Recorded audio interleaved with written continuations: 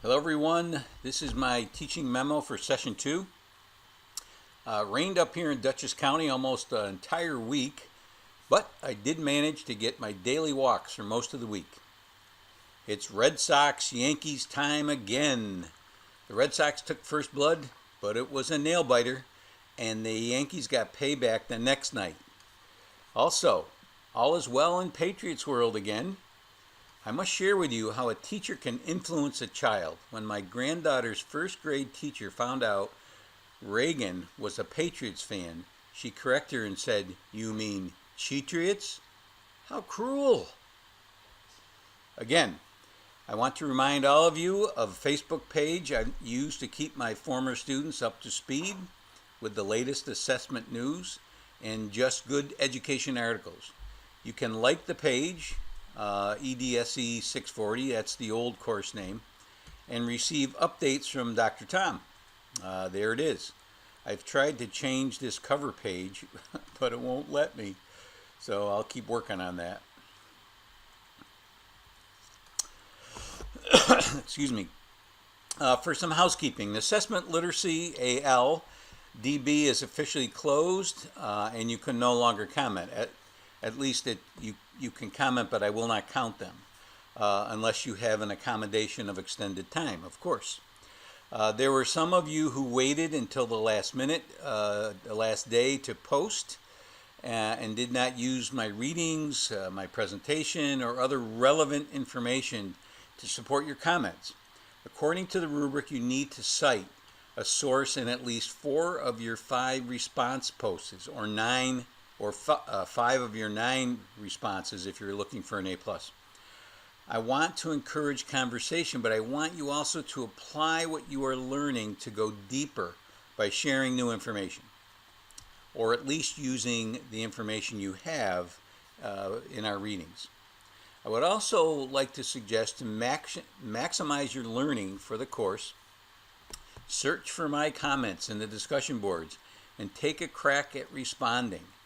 I may be posing a question and sharing an article to someone specific, but anyone can respond. Several of you took that risk this session. You can find my post by using the search feature, and I will show you where that is. If you go into the discussion, all discussions, and click on the Are You Assessment, or whatever the discussion board is,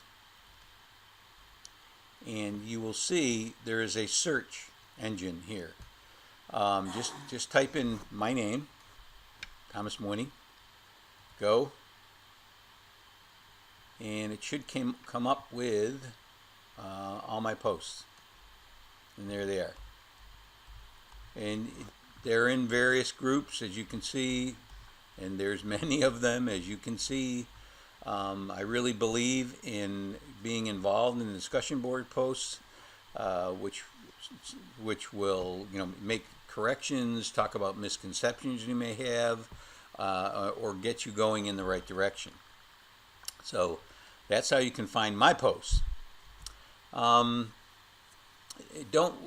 be a hit and run discussion board poster. Use the discussion to advance your understanding and knowledge of the assessment process. You can also challenge me. I'm not someone who's going to beat you down if you ask me a question, a thought-provoking question. I also want to remind you all that you receive points for making your initial post early in the session. This session was unusual. It was, I think, 5 weeks long. It started in early September, and it was a month long. So yeah, I think it was about 4 or 5 weeks. The rest of them won't be like that. All the rest of the sessions are two weeks long. So don't get in the habit of waiting for 5 weeks to make your posts like many of you did, or several of you did in this session. Finally, look at the session objectives in the session folder. So if you go coursework by week, every week you'll see a session, a description of the session, and it starts off with the objectives for the session. So if you go into session 2, click on session 2, you'll see these are my learning targets. In other words, these are my objectives for this session. So go back and check yourself with those and make sure that you have mastered all of them. I also want to remind everybody again that in every session at the bottom there's anchor activities, vocabulary in your own words, and the baseline survey, which you're going to be filling out again and using citations. So there are 2 templates here that you should be just filling out as you go along. That way, when it comes to the end, when there's several things due, these 2 things aren't one of them, that you haven't done yet. So give yourself a break and fill them out as we go along. Okay. Excuse me. Many of you put 2 words in your answers for the fill-in-the-blank questions for this week's quiz, which caused it to be marked wrong. If the answer requires 2 words, then it will be noted. For example, there'll be a blank, and then it'll have in parentheses 2 words. Also, be sure you didn't spell the word incorrectly, because that will mark it wrong. And if you believe this happened, and there was a mistake in this session, in the course, Chapter 1 and Chapter 2 quiz on one of the questions, which I corrected, I think, on Thursday or Friday. So I believe I went back and changed all those and gave people credit where it was due. If you marked it wrong the first time, but the quiz marked it right, I gave you credit for it because you put the same answer in the second time you took it. So several of you strayed off topic in the discussion board, which is easy to do. We are trying to enhance our understanding of the session topic. Also, as I mentioned earlier, I want you to go deeper and share relevant information. Please talk about any resources you share rather than just sticking in a web link at the end and say, hey, here's an interesting website. I don't count that for using other relevant information. Mention it and use it and reference it in your, cite it in your response post. And also, just share it once. Don't. I'm not going to give you credit if you share it a resource in 5 different posts or 4 different posts, the same one. So anyway, just share it once, because we know now that you can go into any group, and if you share something, everyone will see it, for the most part.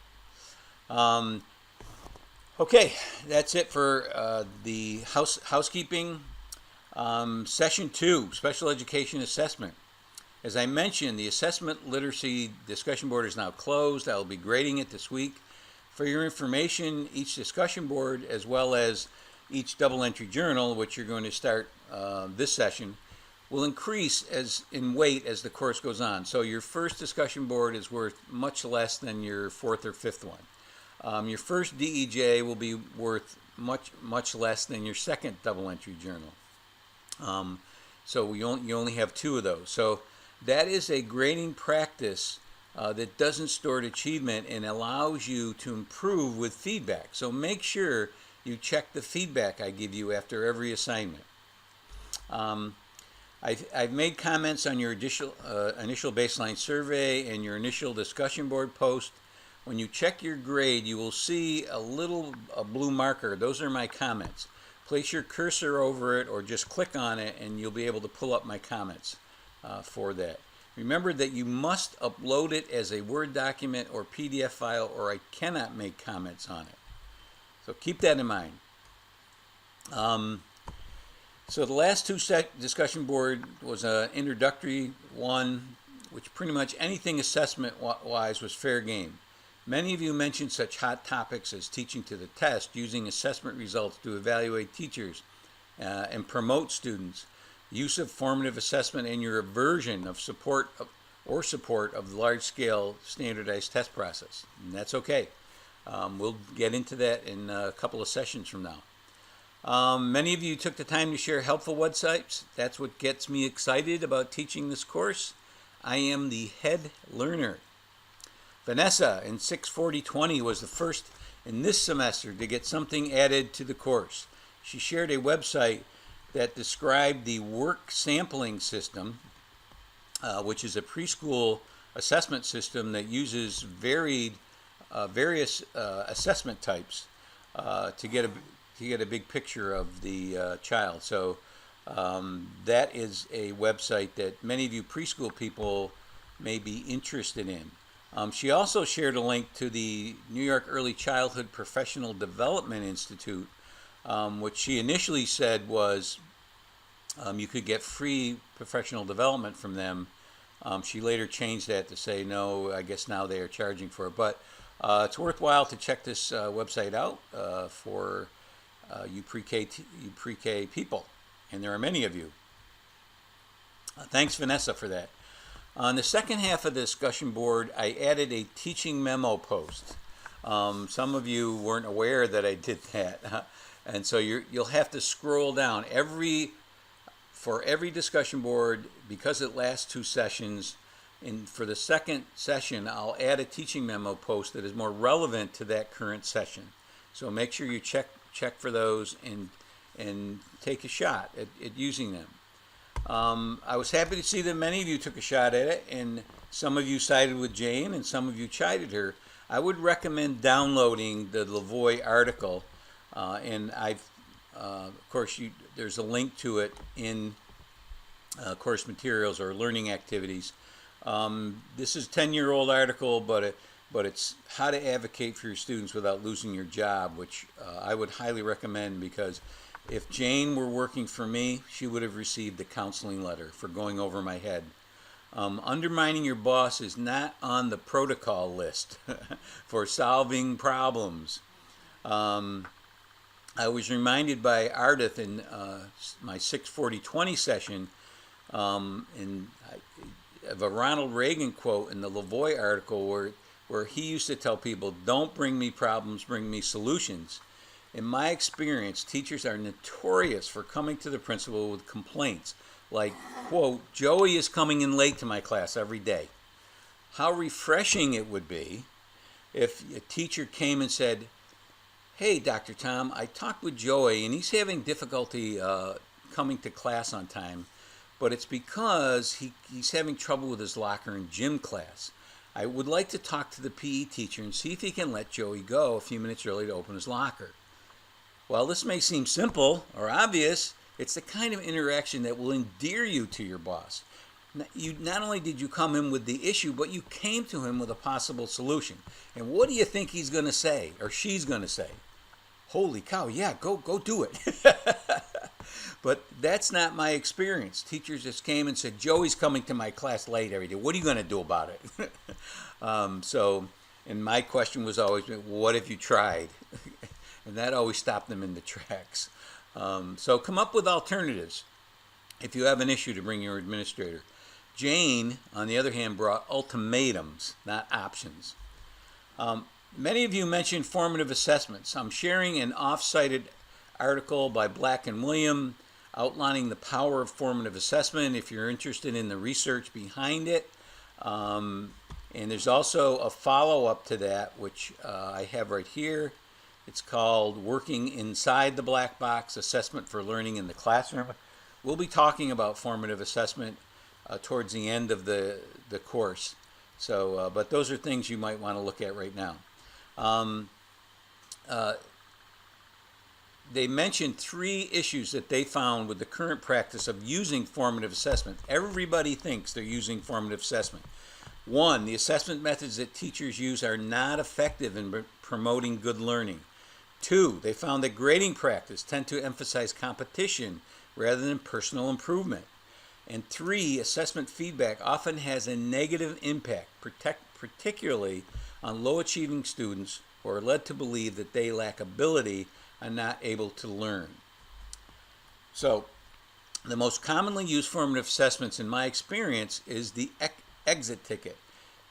And there is a great article and additional resources, and I'll show you right here, by Bob Marzano, and it's called The Art and Science of Teaching, the Many Uses of Exit Slips. So if we're just having kids do something at the end of class and not using that to improve or help students improve their learning, then you're not using formative assessment. There's also Darylyn reminded me that I needed to share a very comprehensive article uh, called Using Formative Assessment in Special Ed. It's a very comprehensive article. It's 2017, I believe. Yeah, 2017, and it contains videos. We're going to revisit this. It's going to be part of your reading assignment, but I'd recommend looking at it now. If you teach in an ICT class or in a special ed class right now, check it out because it's a very good article. And Susan Brookhart is one of the most informative authors on education today. Finally, in 64021, Evan brought up the topic of the elite schools in New York City using one test, the SHSAT, to determine entrance, a practice that Mayor de Blasio is trying to end. A big idea of this course is that we should not be using one assessment to make educational decisions. If you look at what it costs to take a Kaplan SHSAT prep course, and I have a link here in the teaching memo, you'll understand why the inequity of the process. I think in one of them it was like $3,000 to take it. Kids living in poverty can't afford that, and there are no scholarships to let kids take these tests unless you go to a school created by LeBron James. Evan also embarrassed me by showing my complete lack of assessing ELLs for the presence of special needs in this course. He shared an informative article, and I have it right here, called Assessing ELLs for Special Education, 5 Pitfalls to Avoid.